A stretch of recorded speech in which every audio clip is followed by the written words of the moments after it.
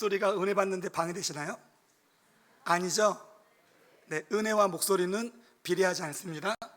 네, 열린 마음으로 하나님이 주시는 말씀에 귀를 기르면 제가 큰 힘이 날 것 같아요. 네. 자, 오늘 여호수아 1장은요 모세의 갑작스러운 죽음으로 시작합니다. 여호와의 종 모세가 죽은 후에, 그런데 재미있는 것은 신명기 34장에 보면 아직 모세는 죽을 정도로 기력이 쇠하지 않았다는 것을 볼 수 있습니다. 신명기 34장 7절 말씀을 보면 모세가 죽을 때 나이 120세였으나 그의 눈이 흐리지 아니하였고 기력이 쇠하지 아니하였더라 라고 말하고 있습니다. 모세는 죽기 바로 전까지 매우 강건한 상태였다는 것입니다. 전혀 죽을 준비가 되어 있지 않았습니다. 그렇기 때문에 가장 가까이에서 모세를 섬겼던 여호수아를 포함하여 이스라엘 백성들은 당연히 모세가 자신들과 함께 가나안 땅에 들어가서 하나님이 약속하신 땅을 점령할 것이라고 생각했습니다. 그들은 출애굽부터 시작해서 광야 40년간 모세를 통해서 행하신 하나님의 놀라운 일들을 들었거나 보았거나 경험했기 때문입니다. 출애굽하기 전 10가지 재앙들 기억나시죠? 10가지 재앙. 홍해가 갈라졌어요. 출애굽기 15장에 만나와 메추라기를 주셨죠. 반석을 치니까 물이 나왔어요. 아말렉과의 싸움에서 승리했어요. 한 번도 전투 경험이 없었던 이스라엘 백성들이 이긴 거야. 이따 설명해 줄게요. 이거는 심지어 40년간 광야 생활 가운데 옷이 낡아지지 아니하였고 발의 신이 헤어지지 않았던 삶을 경험했습니다. 이들은 신명기 29장 5절 말씀에 주께서 40년 동안 너희를 광야에서 인도하게 하셨거니와 너희 몸에 옷이 낡아지지 아니하였고 너희 발의 신이 헤어지지 아니하였으며. 광야에 공장이 있었나요? 나이키 공장? 옷 공장이 있었나요? 없었어요. 40년 동안 이들은 그것을 경험한 거예요. 체험한 거예요. 체험적인 신앙을 이들은 가지고 있었죠. 이스라엘 백성들은 누구를 통해서 이런 일들이 일어났다고 생각했을까요? 누구를 통해서? 누구를 통해서 이런 일이 자신들에게 일어났다고 생각했을까요? 모세를 통해서. 모세. 바로 여호와의 종 모세를 통해서 이런 것들을 경험했던 것입니다. 그래서 이들은 모세를 가장 의지하고 있었죠. 하나님은 모세가 죽은 후에 사람들이 모세를 우상으로 섬길까 봐 그의 무덤을 찾지 못하게 만드셨습니다. 신명기 34장 6절 말씀에 벳부온 맞은편 모압 땅에 있는 골짜기에 장사되었고 모세가 장사되었고 그가 묻힌 곳을 아는 자가 없느니라. 왜? 모세는 위대한 지도자니까. 이 모세를 섬기는 사람들이 많아져 버리면 하나님이 밀리잖아요. 그래서 숨겨놓은 거예요. 모세는 여호와의 말씀대로 모압 땅에서 죽습니다. 여기까지 자신들을 이끌어왔던 위대한 영적 지도자 모세의 죽음에 여호수아를 비롯한 이스라엘 백성들은 매우 당황했을 것입니다. 지금 말로 이야기하면 멘붕이 왔어요. 멘붕이. 왜냐하면 이들이 정복할 가나안 땅에 누가 살고 있어요? 헷 족속, 기르기스 족속, 아모리 족속, 가나안, 브리스, 히위, 여부스 7 족속이 살고 있잖아요. 이 7 족속에 대해서 10명의 정탐꾼들은 이렇게 표현하고 있어요. 그러나 그 땅 거민들은 강하고 성읍은 견고하고 심이 클 뿐 아니라 거기서 아낙 자손을 보았습니다. 민수기 13장 28절. 그와 함께 올라갔던 사람들은 이르되 우리는 능히 올라가서 그 백성을 치지 못하리라. 그들은 우리보다 강하니라 하고 이스라엘 자손 앞에서 그 정탐한 땅을 악평하여 이르되 우리가 두루 다니며 정탐한 땅은 그 거주민을 삼키는 땅이요 거기서 본 모든 백성은 신장이 장대한 자들이며 거기서 네피림 후손인 아낙 자손의 거인들을 보았나니 우리는 스스로 보기에도 메뚜기 같으니 그들이 보기에도 그와 같았을 것이니라. 33절. 어떤 사람들이에요? 어떤 사람들? 도저히 이스라엘 백성하고는 비교할 수 없는 사람들이라는 거죠. 저는 이런 상황 속에서 우리의 시선을 여호수아에게로 한번 집중해 봤으면 좋겠어요. 여호수아에게. 이 상황 속에서 여호수아라는 사람이 한번 정해봤으면 좋겠습니다. 여호수아는 광야 40년간의 시간을 모두 마치고 중대한 전환점에 서 있습니다. 지금 하나님께서 약속해 주신 가나안 땅으로 들어가기 바로 전입니다.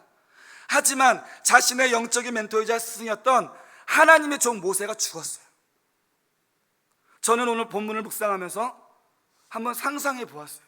신명기 34장 8절을 보면 이스라엘 자손이 모압 평지에서 모세를 위하여 애국하는 기간이 끝나도록 모세를 위하여 30일을 애국하니라. 30일 동안 이스라엘 자손과 여호수아는 애국하는 기간을 가졌어요.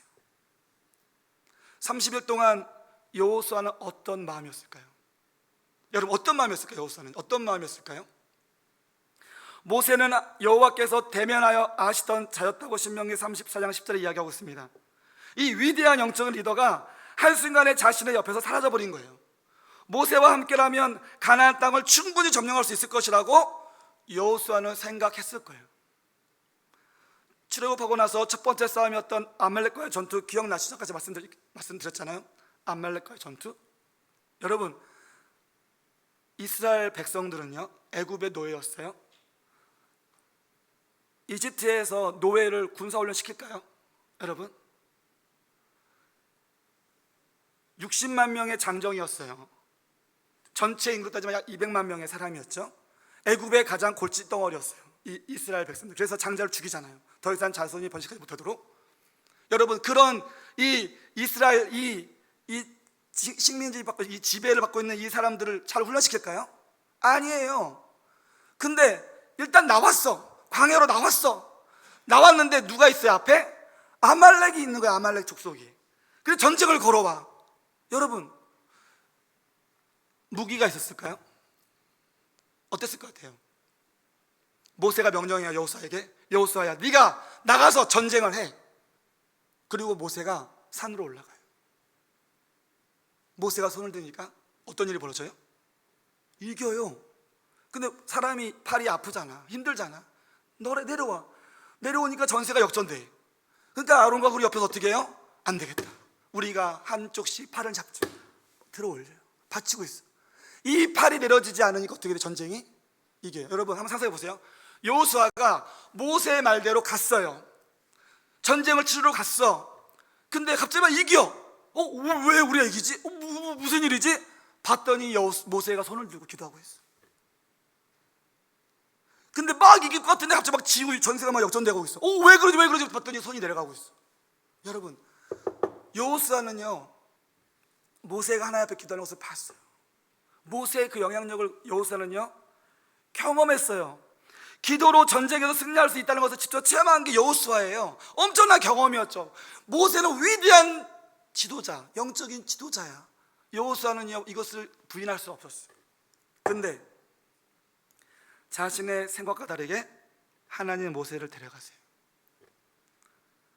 여러분, 30일 동안 여호수아는 어떤 마음이었을까요? 어떤 마음이었을 것 같아요? 저는 무척 궁금해요. 저는요, 천국에 가면 물어보고 싶어요. 저도 하나님의 자녀, 여호수아 하나님의 자녀, 우리 형제, 여호수아 형, 그때 어떤 생각이 들었어요? 나 형님께 너무너무 궁금한 게 있는데, 모세가 죽고 나서 형은 가나안 땅을 들어가야 되는 그 상황 속에서 어떤 마음이 들었어요? 물어보고 싶어요.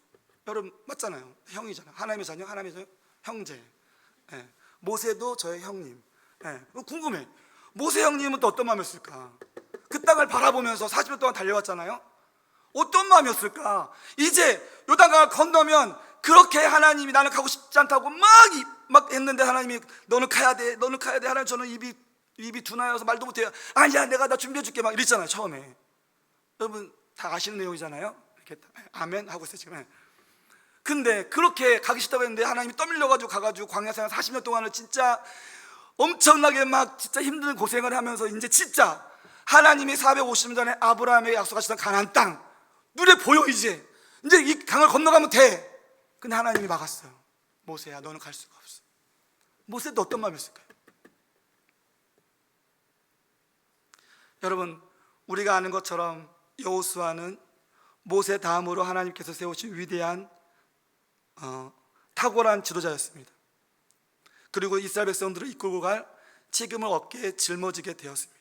그 무게가 얼마나 견디기 힘들었을까? 여호수아의 심적인 두려움은 얼마나 많았을까? 저는 이 두려움을 이기는 믿음의 비결 3가지를 말씀드리고 싶어요. 본문 말씀 통해서 어떻게 여호수아가 이 두려움을 이기는 이 믿음을 가질 수 있었는지. 첫 번째, 두려움을 이기는 믿음의 비결 첫 번째는요, 두려움을 피하지 않고 기도하는 것이었어요. 기도하는 것. 비록 여호수아가 모세와 함께 시내산에도 올라가고 회막에서 하나님께 기도하며 전쟁터에서 잔뼈가 굵긴 했지만 모세와 비교할 수는 없었습니다. 그런데 하나님께서는 모세를 대신해 여호수아를 이스라엘의 2번째 지도자로 세우셨습니다. 도저히 감당할 수 없는 일이었어요. 여호수아가 얼마나 두려웠던지 하나님께서는요, 6절, 7절, 9절 오늘 읽었잖아요. 계속해서 담대하라, 두려워하지 마, 내가 너와 함께 할게, 담대해 말씀하고 계세요. 심지어 9절에서 명령까지, 명령. 어떤 명령? 내가 내게 명령한 것이 아니냐, 강하고 담대하라, 두려워하지 말며 놀라지 말라, 내가 어디로 가든지 내 하나님 여호와가 너와 함께 하느니라 하시니라. 얼마나 두려워하고 있으면 얘기하시는 거예요. 두려워하지 마, 두려워하지 마. 너 왜 두려워해? 뭘 무서워해 지금? 왜 두려워하는 거야? 여전히 그래도 두려워하는 마음이 있으니까 명령까지. 내가 너희 명령한다. 여러분, 명령은 뭐예요? 명령은 지키라고 주는 거잖아요. 명령은 내가 지켜야 되는 거예요. 군대에서 명령은 지키지 않으면 죽는 거예요. 즉 하나님이 여호수아에게 명령하고 있어요. 강하고 담대하라, 두려워하지 말라, 내가 너와 함께 할 거야. 여호수아는 두려워서 전진할 수가 없었어요. 그래서 하나님이 3번이나 강조하고 있는 것입니다. 강하고 담대하라, 두려워하지 말라. 450년 전에 아브라함에게 약속했던 그 언약의 땅을 바로 코앞에 두고 있지만 여호수아는 감당할 자신이 없었습니다. 여호수아 자신이 얼마나 초라하고 연약한지를 잘 알고 있었기 때문입니다. 그래서 자신을 감당할 수 없다고 생각하며 두려워했던 것입니다. 저는 이것이 맞다고 생각합니다. 두려워하는 것이 맞아요. 두려워하는 것은 나쁜 게 아니에요. 정상이에요. 우리가 감당해야 할 사명의 무게와 가치를 한다면 우리는 마땅히 두려워해야 하고 고통스러워해야 합니다. 예레미야는 하나님께 소명을 받았을 때 너무나 고통스럽고 힘들어했어요. 그래서 하나님께 이렇게 고백해요. 내가 이르되 슬프도소이다, 주 여호와여 보소서, 나는 아이라 말할 줄을 알지 못하나이다. 이사야 선지자 역시 소명받았을 때 하나님을 배웠다는 사실만으로 큰 충격이 휩싸여 죽음의 공포를 느꼈습니다. 이사야 6장 5절. 그때 내가 말하되 화로다 나여 망하게 되었도다. 나의 입술이 부정한 사람이요 나는 입술이 부정한 백성 중에 거주하면서 만군의 여호와이신 왕을 배웠음이로다 하였더라. 여러분, 우리는 작아요. 우리는 보잘것없는 존재예요. 우리는 지혜도 없고 능력도 없어요. 그렇기 때문에 강한 거예요. 여러분, 이해되십니까?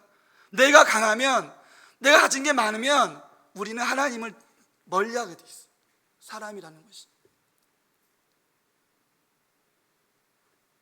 내가 약하니까 어떻게 돼요? 엎드리잖아요. 내가 약하니까 엎드릴 수 있는 거야. 여호수아가 약하니까 엎드린 거야. 하나님 앞에 며칠 동안, 30일 동안 얼마나 간절하게 기도했을까요? 저처럼 이렇게 목이 쉬어가면서. 여호수아가 얼마나 간절, 30일 동안. 하나님, 저는 너무나 부족하고 부조로합니다. 저는 할 수 없어요. 저를 도와주세요.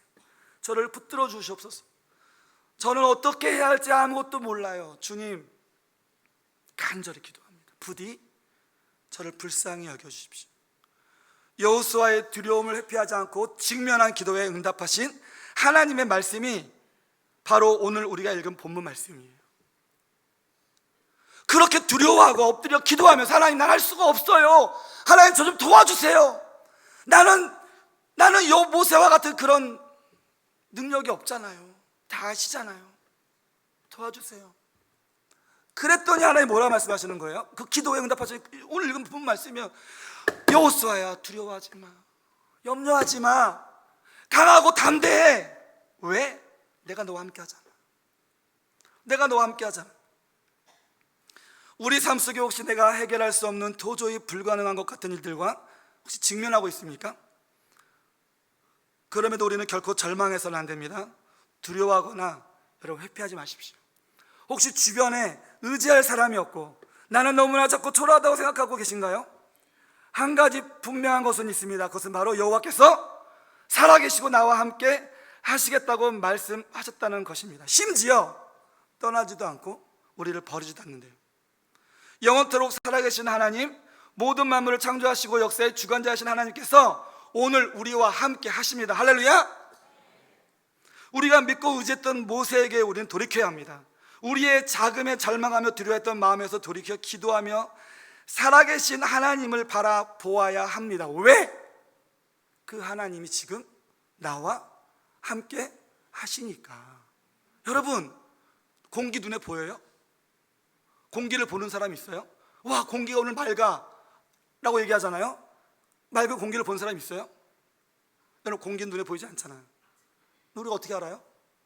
살아있으니까. 여러분, 하나님이 느껴지지 않는다고 하나님이 계시지 않는 게 아니에요. 내가 느끼지 못하니까 하나님이 안 계신 것처럼 느끼는 거지, 하나님은 살아 계시는 거예요. 이것을 우리가 믿어야 돼요. 두려움을 이기는 믿음의 비결 첫 번째로 두려움을 피하지 않고 기도하는 거예요. 여러분, 신일덕 장로님 아십니까 혹시? 이분은요, 대한항공 수석 기장사로 40년 동안 대한항공에서 비행기를 운전하신 분이에요. 그분은 일할 때 할렐루야 캡틴이라고 이렇게 불렸대요. 할렐루야 캡틴. 그분은 늘 승객을 태우고 출발할 때 이렇게 인사합니다. 할렐루야, 신일덕 기장입니다. 이 비행기에는 하나님이 동승하고 계십니다. 여러분, 편안한 여행 되시기를 바랍니다. 어느 날 신혼여행 가는 신혼부부 31쌍 60명과 일반 승객 150명을 태우고 사이판으로 출발합니다. 근데 도착하기 15분 전에 유압장치 고장이 나서 앞바퀴 뒷바퀴 내려오지 않는 거예요. 바퀴가 내려오지 않으면 착륙할 수가 없잖아요.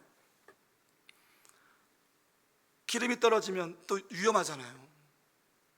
관제사에 연락했더니 그냥 내려오라고, 그냥 몸체로 그냥 내려오라고, 답이 없다고 그러는 거예요. 장로님 마음속에 적어도 내가 교회 장로인데 장로가 운전하는 이 비행기가 사고 나서 사람이 죽으면 하나님 영광을 가리지 않나? 그럴 순 없지. 그는 자기 조종관을 부기장에게 맡기고 조종실 바닥에 무릎 꿇습니다. 그리고 하나님 앞에 기도합니다. 하나님, 살려주세요.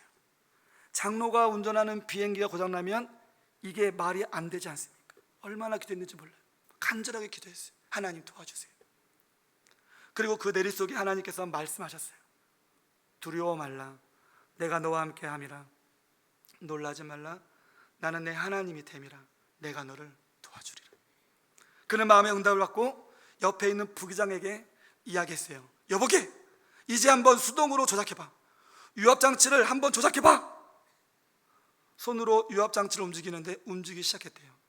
앞바퀴가 나오고 뒷바퀴가 나오고.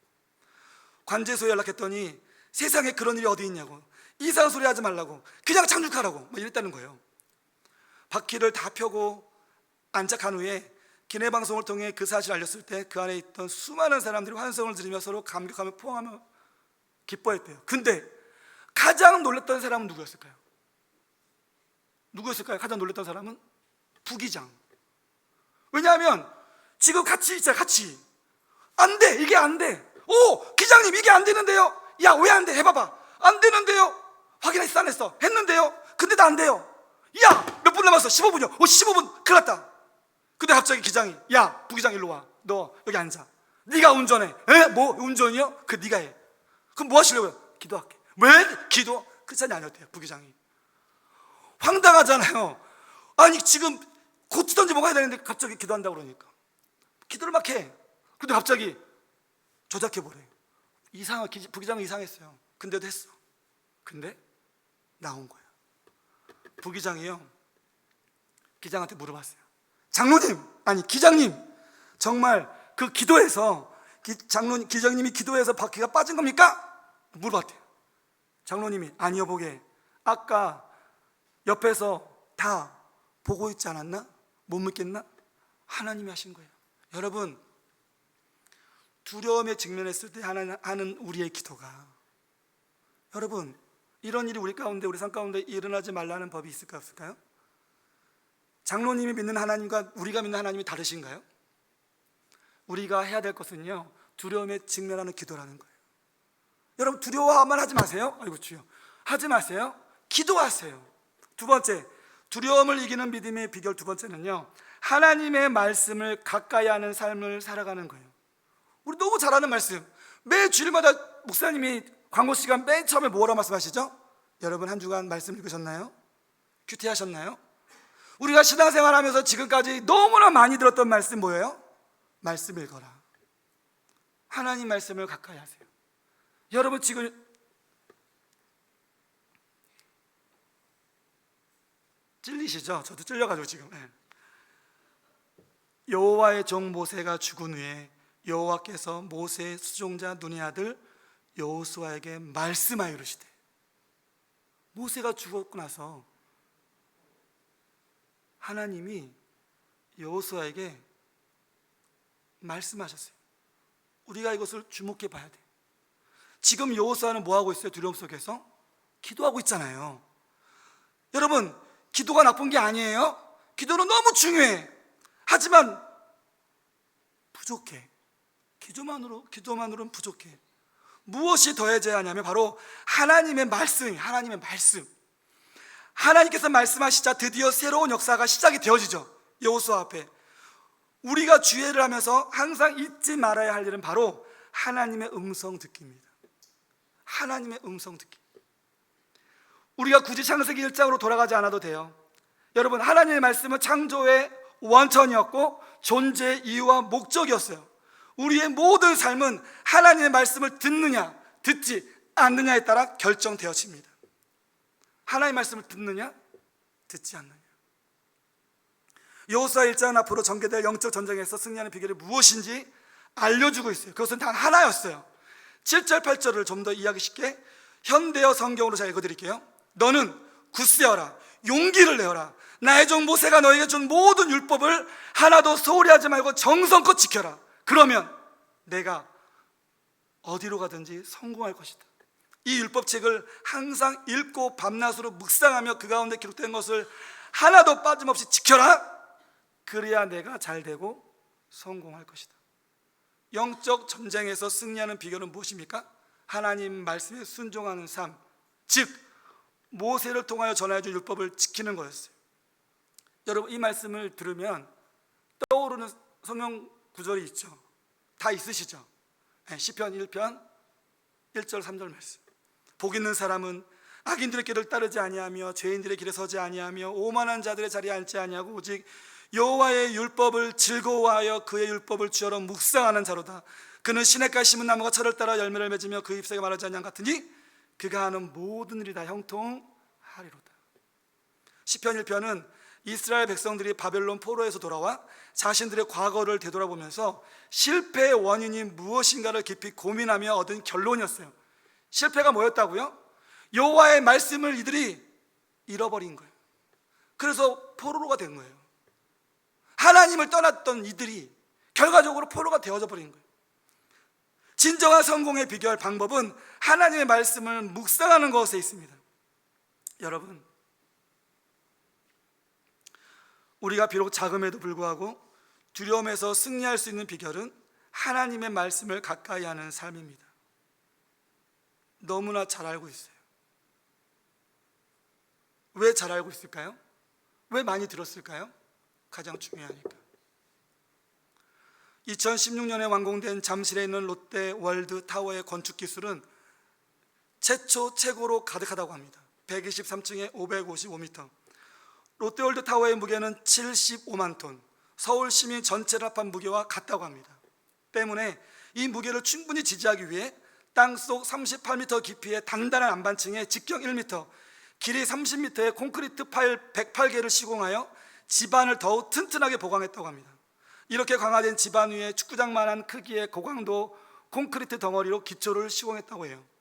이 과정에서 무려 레미콘 5201대 고압포프 23대에 타설 인력 600여 명 고강도 콘크리트 8만 톤이 동원되었어요. 저 잘 모르겠어요. 근데 엄청난 거예요. 엄청난 거. 왜요? 왜 이렇게 했어요? 기초가 튼튼하지 못하면 롯데월드 타워의 무게를 견딜 수 없기 때문에.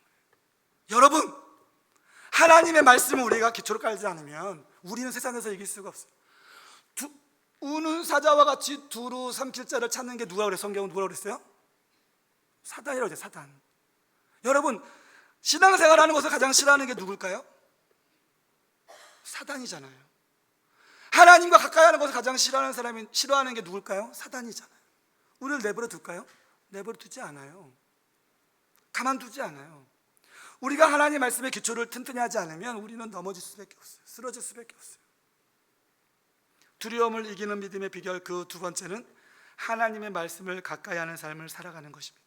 마지막 세 번째, 두려움을 이기는 믿음의 세 번째 비결, 하나님 말씀에 순종하며 앞으로 나아가는 것입니다.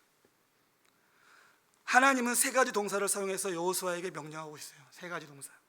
2절, 이제 너는 이 모든 백성과 더불어 일어나 이 요단을 건너 내가 그들 곧 이스라엘 자손에게 주는 그 땅으로 가라. 일어나 건너 가라. 2절 말씀이 어떻게 시작하고 있어요? 여호와의 종 모세가 죽은 후에 이제 라는 말로 시작하고 있어요. 이제. 여러분, 이 이제라는 짧은 단어에 참 많은 의미가 담겨 있어요. 이제 모세의 뒤를 따라다니던 여호수아야, 이제는 모든 백성들의 가장 앞에서 나아가야 한다. 이제 모세의 결정에 내하고 순종하는 것이 아니라 최종적인 결정은 여호수아 네가 해야 한다. 이제 이스라엘 백성들은 지도자 모세를 바라보는 것이 아니라 여호수아 너를 바라볼 것이다. 짧은 단어 이제 안에는 수많은 변화들과 도전이 담겨져 있어요. 익숙한 것들과 이별이란 새로운 도전을 주고 있어요. 이제. 여러분, 이제. 하나님은 언제나 우리에게 이제의 도전을 주시는 분입니다. 이제의 도전을 두려워하거나 낯설게 여기지 마십시오. 이제 하나님께서 이루실 소망을 바라보실 수 있기를 바랍니다. 여러분, 하나님이 여러분에게 말씀하시는 이제, 모세가 죽었으니까 너는 기도만 하지 말고 이제, 여러분, 하나님 여러분에게 지금 말씀하고 계시는 거예요. 이제 과거를 집중하지 말고, 과거에 집착하지 말고 이제, 지금 다시. 그러면서 세 가지 동사를 사용하시죠. 일어나, 건너, 가라. 하나님께서는 여호수아와 이스라엘 백성들에게 역동적인 움직임을 요구하고 있는 거예요. 역동적인 움직임. 머물러 있지 말고, 안주하지 말고, 두려워하지 말고, 멈추지 말라는 거예요. 이스라엘 백성이 광야 40년의 시간이 끝났다고 해서 이 요단강에 안주하고 있다면 결코 이스라엘 백성에게 약속하신 가나안 땅은 주어지지 않았을 것입니다. 450년 전에 아브라함에게 약속하셨던 내가 너희에게 주리라 하신 그 약속이 이루어지지 않았을 거예요. 멈춰 있었다면. 새로운 내일을 받아들이는 일은 엄청난 결단을 요구합니다. 약속은 있지만 성취는 없는 모습으로 머물러 있어서는 안 됩니다. 우리가 붙잡아야 할 미래를 바라봐야 합니다.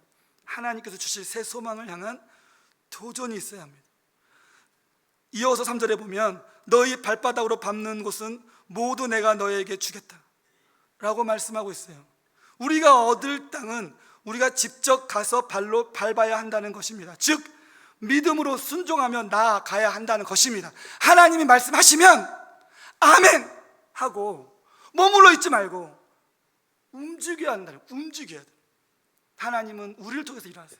우리의 믿음을 통해서, 움직이는 우리의 믿음을 통해서 일하세요. 하나님께 기도했더니 야, 내가 너를 선교사로 임명했어. 너는 선교사가 돼야 돼. 아멘! 주님, 저는 선교사가 되겠습니다 라고 하면서 가만히 있어. 나가지 않아. 될까요, 안 될까요? 안 돼요, 안 돼. 우리의 믿음은 움직여야 한다는 거죠. 하나님 우리가 어떤 도전을 주시면 우리가 그 도전 앞에서 우리가 움직여야 된다는 거예요. 여러분, 우리가 332 비전이 있어요. 300명의 제자와 30명의 목장, 20명의 성사의 파송이잖아요. 여러분, 우리가 가만히 있으면 하나님 하실 거예요. 하나님 하실 수 있어요. 충분히 하실 수 있어요. 하지만 누구를 통해서? 우리를 통해서 그 일을 하고 싶어 하신다는 거죠. 우리의 믿음을 통해서. 여호수아서를 유심히 읽어보면요, 여호수아와 이스라엘이 하나님의 말씀에 순종하느냐 하지 않느냐에 따라 모든 승패가 갈리는 것을 볼 수가 있어요. 또한 1장 1절에 보면 여호수아를 모세의 후계자라고 표현하고 있어요. 반면 모세는 여호와의 종으로 묘사하죠. 그런데 여호수아 마지막 장에 가면 어떻게 기록되어져 있을까요? 여호수아서 2장 24장 29절, 이 일 후에 여호와의 종 눈의 아들 여호수아가 110세 죽음이. 뭐예요? 뭐라고 기록되어 있어요? 여호수아를 뭐라 부르죠 지금? 여호와의 종으로 불러요. 모세를 뭐라 불렀죠? 여호와의 종. 이 구절에 말하고 싶은 게 뭘까요? 여호수아 전체는 하나님의 말씀에 순종한 여호수아가 모세의 시종에서 여호수아 같은 여호와의 종이 되어가는 과정을 그리고 있다는 거예요.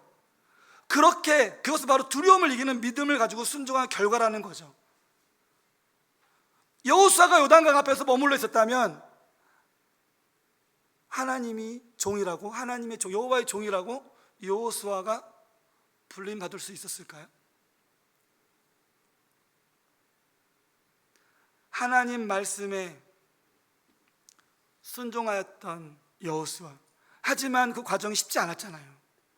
여리고성이 쉬웠나요? 엄청난 승리를 거뒀어. 막 흥분해 있어. 근데 조그만 아이성 갔는데 대패하잖아요. 여러분, 여호수아가 믿음을 가지고 일어나 건너 가라 해서 그 명령에 순종했잖아요. 내가 너와 함께 할게, 강하고 담대 라고 말해 그 말씀 붙잡고 갔잖아요. 쉽지 않았다는 거예요. 그 삶이 쉽지 않다는 거예요. 우리가 이제 일어나 건너 가는 그 삶이 쉽지 않다는 거예요. 신앙생활이 어렵다는 거예요. 여러분, 쉽지 않아. 근데 누구와 함께 할 때 쉽다?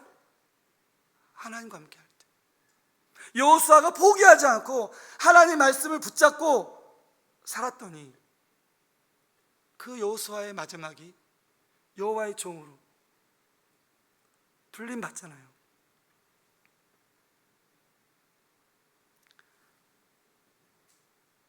18세기 영국의 정치가 윌리엄 윌버포스는 25세에 예수를 믿고 인생관이 바뀌었습니다. 출세의 길이 아니라 인류를 위해 봉사하는 길을 선택한 것입니다. 그는 대영제국의 노예제도를 폐지하자는 목표를 세우고 그 뜻을 이루기 위해 정치가의 길을 가기로 결심하였습니다. 그리하여 30세에 영국 하원 의원에 당선되었고 그 후로 오직 노예제도 폐지 운동에만 전념하였습니다. 그가 48세 되던 해 영국 의회는 노예 무역 폐지를 결정했습니다. 그리고 그가 노예 폐지의 비전을 세운 지 35년 만에 62세가 되던 해에 노예제도가 완전히 폐지되었습니다. 그는 64세에 정계에서 은퇴하였고 그의 나이 72세 되던 해에 대영제국 전역에서 노예 해방법이 통과되었습니다. 그리고 노예 해방법이 통과된 지 2개월 만에 세상을 떠났습니다. 그는 오로지 노예제 폐지라는 한 가지 사명을 이루기 위해 자신의 인생을 온전히 희생하였습니다. 그는 후에 자신의 삶을 돌아보며 이렇게 회고하였습니다. 나를 일평생 재촉하신 이는 주님이셨다고. 주님이 이제 일어나 건너 가라 했을 때 순종했던 사람, 이 사람이잖아요.